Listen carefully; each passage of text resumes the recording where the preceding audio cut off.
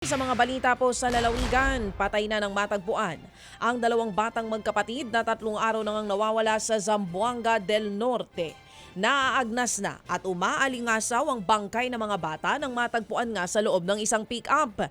Base sa investigasyon, inakala ng ina ng mga bata na nasa kanilang lolang mga biktima. Yun pala'y naglaro ang magkapatid. Pumasok sila sa isang nakaparadang sirang pick-up. Pagpasok nila sa loob, nagloko na ang pintuan ng pick-up at hindi ito mabuksan kaya tuluyang natrap ang mga bata.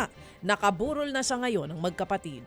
Hindi ito yung una girl ha na ganitong pangyayari po no, na yung mga yes. batang naglalaro ay pumapasok sa mga nakaparadang auto kung saan po naman kapag naiipit doon sa loob, hindi alam po ba paano po bubuksan, opo, ay nagkakaroon nga ng suffocation. Kaya ito ay leksyon sa lahat din po ng mga may sasakyan o kaya po may mga talyer o junk shop. Opo, na pagbawalan yung mga bata sa kanilang paligid o kaya po naman talagang siguraduhin na ang kanila pong mga naandyan nakaparada po, ha? Oo, ay wala na mga bintana o kaya bukas na po ito. Kung sakasakali parang maiwasan ganito pong uri ng trahedya.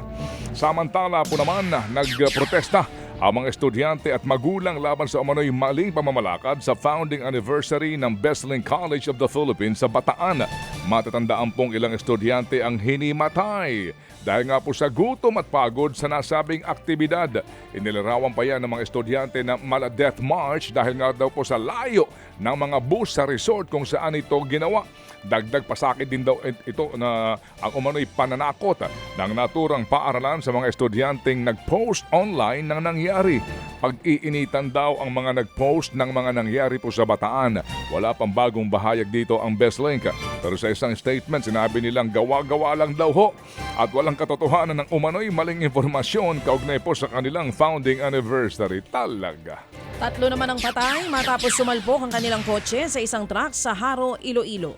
Base po sa investigasyon, nag-overtake sa isang pick-up ang sasakyan ng mga biktima kaya napunta ito sa kasalubong na linya. Sakto namang dumaan doon ang truck at hindi na ito nagawang maiwasan pa. Ligtas naman ang driver ng truck na wala pang pahayag sa kaugnay na insidente. Samantala po naman, 4 na drug suspect po ang inaresto sa hiwalay po na buy bust. Nakumpiska sa kanila ang higit na 50 gramo ng shabu na may halagang higit na 300,000 piso, pati rin po ang isang baril at 5 bala. Natunto ng mga suspect sa tulong ng isang impormante. Naharap ang mga ito sa kaugnay na kaukulang mga kaso. Patay naman ng matagpuan ang isang inabandonang sanggol sa bakanting lote po sa General Santos City. Ayon sa mga otoridad, isang residenteng papasok sa trabaho ang nakapansin na may kinakalkalang isang aso sa lupa. Nang lapitan, tumambad ang isang plastik kung saan nakalagay ang wala ng buhay na sanggol. Nakita din ang isa pang hindi patukoy na klase ng gamot na hinihinalang ginamit na pampalaglag. Tinatayang 8 buwan ang gulang ng sanggol. Hinahanap pa kung sino ang nag-abandona sa bata. Dinala na po ang bangkay sa punerarya.